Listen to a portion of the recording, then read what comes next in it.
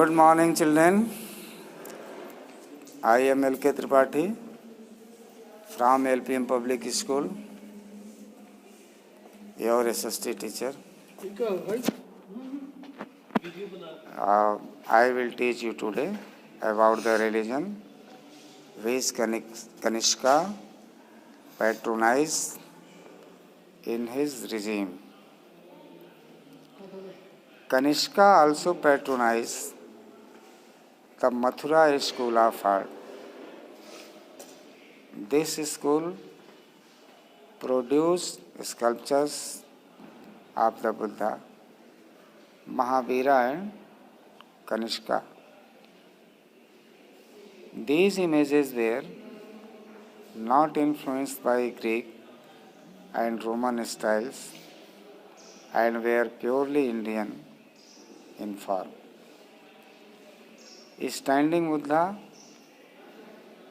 and the headless statue of King Kanishka were the two most outstanding pieces of art by this school. The school had its center at Mathura, and hence it came to be known as the Mathura School of Art. Next, that is religion. Hinduism and Buddhism were popular in this period. Buddhism was divided into two sects, Hinayana and Mahayana. Hinayana was the old and simple form of Buddhism. Mahayana was the new variant with many rituals and ceremonials. Kanishka was responsible for the reform school of Mahayana Buddhism. He sent missionaries who traveled long distances through the Silk Road. They spread Buddhism in Central Asia and China. Despite being a devout Buddhist, Kanishka was tolerant towards other religions. He supported and allowed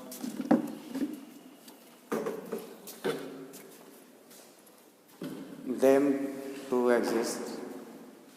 Many other rulers accepted Hindus and became worshipper of either Lord Vishnu or Lord Shiva.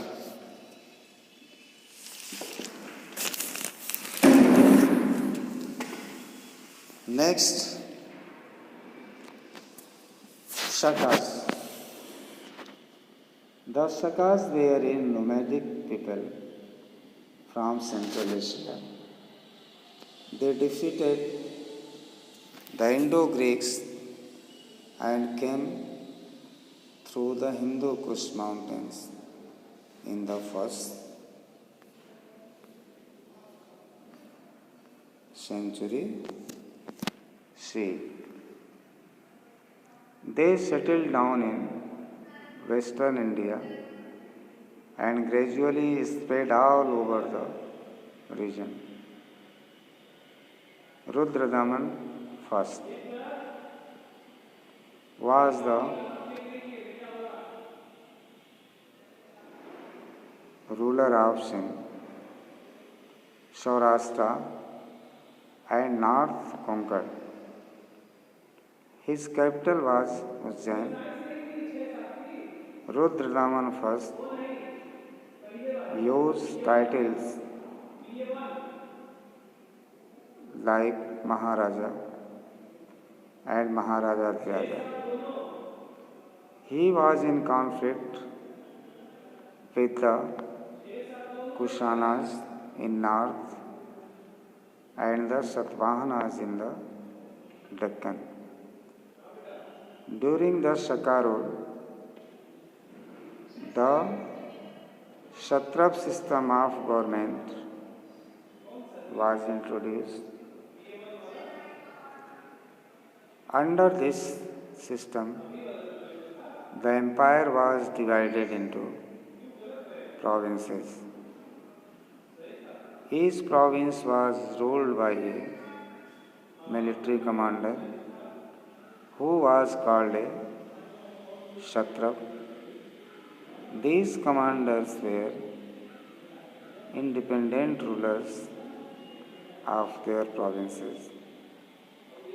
Some even issued their own coins.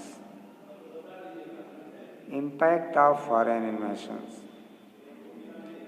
Following foreign invasions, the Indian subcontinent came in close contact with Central Asia and the outside world. It triggered a flow of culture and ideas leading to the emergence of a composite culture. One major impact of these innovations was the advent of a fresh wave of art styles in sculpture. As a result, the Gandhara school of art, reflecting the Greco-Roman impact, flourished under the patronage of prominent rulers of this period, like Kanishka.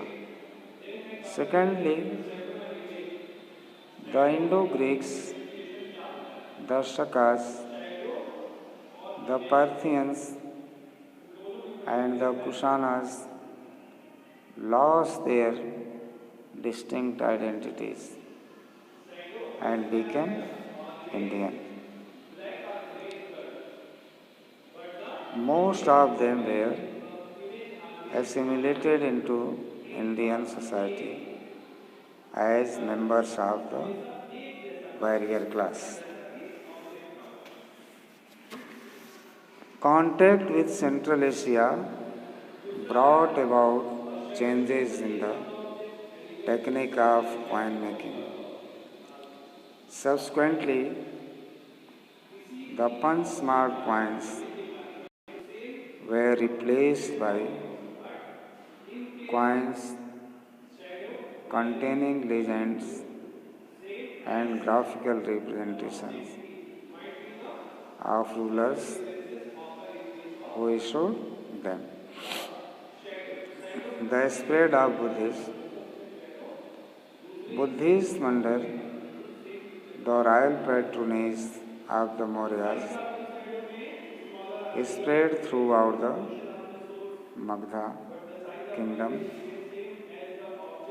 from east to west. Ashoka sent missionaries to far off places through the royal highway built during that period. It connected Indian territories like Patliputra, Mathura, and Takshila with Central Asia, China, Iraq, and Rome. In northwest India, Takshila was an established religious center. Religious preachers spread the teachings of the Buddha up to Gandhara and then to Central Asia. Afghanistan became an important center for Buddhism. Various monasteries, stupas, and colossal statues of the Buddha are testimony to the importance of Buddhism. The region of Bactria and Gandhara also came under Buddhist influence. Emperor Kanishka sent up two religious centers at Gandhara and Mathura and sent missionaries to China, Tibet, Korea, Japan, and other distant places. These missionaries introduced Mahayana Buddhism abroad. For the spread of Buddhism to Central Asia and China, the Silk Route acted as the main artery. Pilgrims and missionaries from India traveled to China and Central Asia. Through this route, Emperor Kanishka sent Kumarjiva, a monk, to China to spread Buddhism. The accounts left by the ancient travelers provided valuable evidence on Buddhism. Some of the Chinese pilgrims who came to India were Fa Yan, Fen Shan, and Ai Shen. They recorded their experiences in their travelogues during the reign of Kanishka. Mahayana Buddhism came to prominence during the reign of Harshvardhana. There was a regular exchange of pilgrims between India and China. So, up to here, we have seen the policy of Kanishka, his religious policy, trade policy, and relationship with other part of the world. Next, we shall discuss in the next chapter, in the next video. Till then, goodbye.